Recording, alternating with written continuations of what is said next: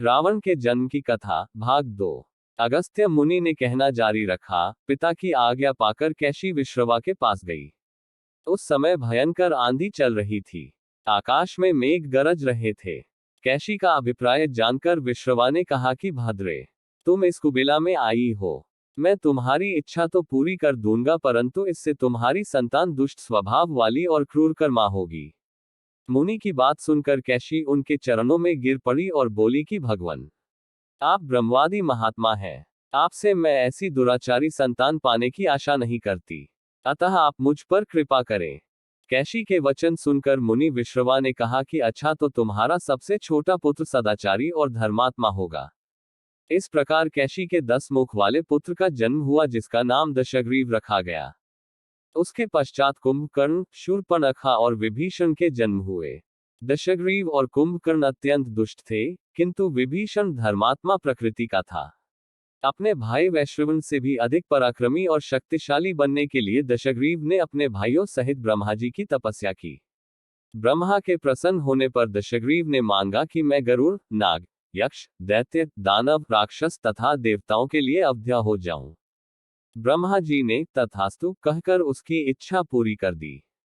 विभीषण ने धर्म में अविचल मति का और कुंभकर्ण ने वर्षों तक सोते रहने का वरदान पाया।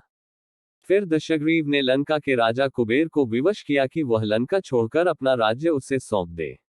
अपने पिता विश्रवा के समझाने पर कुबेर ने लंका का परित्याग कर दिया और रावण अपनी सेना, भाइयों तथा सेवकों के साथ लंका में रहने लगा। लंका में जम जाने के बाद अपने बहन शूर्पणखा का विवाह कालका के पुत्र दानवराज विद्युविह्वा के साथ कर दिया। उसने स्वयं दिति के पुत्र मय की कन्या मंदोदरी से विवाह किया, जो मां नामक अप्सरा के गर्भ से उत्पन्न हुई थी। विरोचन कुमार बलि की पुत्री वज्रज्वला से कुंभकर्ण का और गंधर्वराज महात्मा शैलुष की कन्या सरमा से विभीषण का विवाह हुआ। कुछ समय पश्चात मंदोदरी ने मेघनाद को जन्म दिया, जो इंद्र को परास्त कर संसार में इंद्रजित के नाम से प्रसिद्ध हुआ।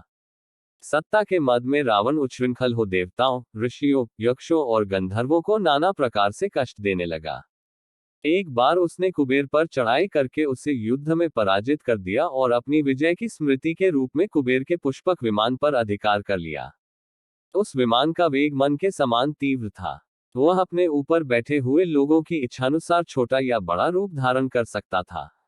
विमान में मणि और सोने की सीढ़ियां बनी हुई थी और तपाए हुए सोने के आसन बने हुए थे। उस विमान पर बैठकर जब वह शरवण नाम से प्रसिद्ध सरकंडों के विशाल वन से होकर जा रहा था, तो भगवान शंकर के पार्षद नंदीश्वर ने उसे रोकते हुए कहा कि दशग्रीव, इस वन में स्थित पर्वत पर भगवान शंकर क्रीड़ा करते हैं, इसलिए यहाँ सभी सुर, असुर, यक्ष आदि का आना निषिद्ध कर दिया गया है। नंदीश्वर के वचनों से क्रुद्ध होकर रावण विमान से उतरकर भगवान शंकर की ओर चला।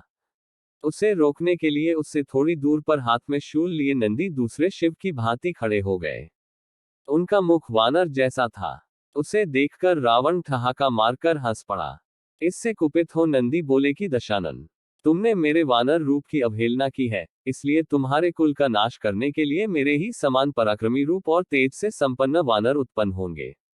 रावण ने इस ओर तनिक भी ध्यान नहीं दिया और बोला कि जिस पर्वत ने मेरे विमान की यात्रा में बाधा डाली है, आज मैं उसी को उखाड़ फेंकूंगा। ये कहकर उसने पर्वत के निचले भाग में हाथ डालकर उसे उठाने का प्रयत्न किया। जब पर्वत हिलने लगा तो भगवान शंकर ने उस पर्वत को अपने पैर के अंगूठे से दबा दिया। इससे रावण का हाथ बुरी तरह से दब गया और वह पीड़ा से चिल्लाने लगा। जब वह किसी प्रकार से हाथ न निकाल सका तो रोते रोते भगवान शंकर की स्तुति और क्षमा प्रार्थना करने लगा। इस पर भगवान शंकर ने उसे क्षमा कर दिया और उसके प्रार्थना करने पर उसे एक चंद्रहास नामक खड्ग भी दिया। उद्धरण चिन्ह।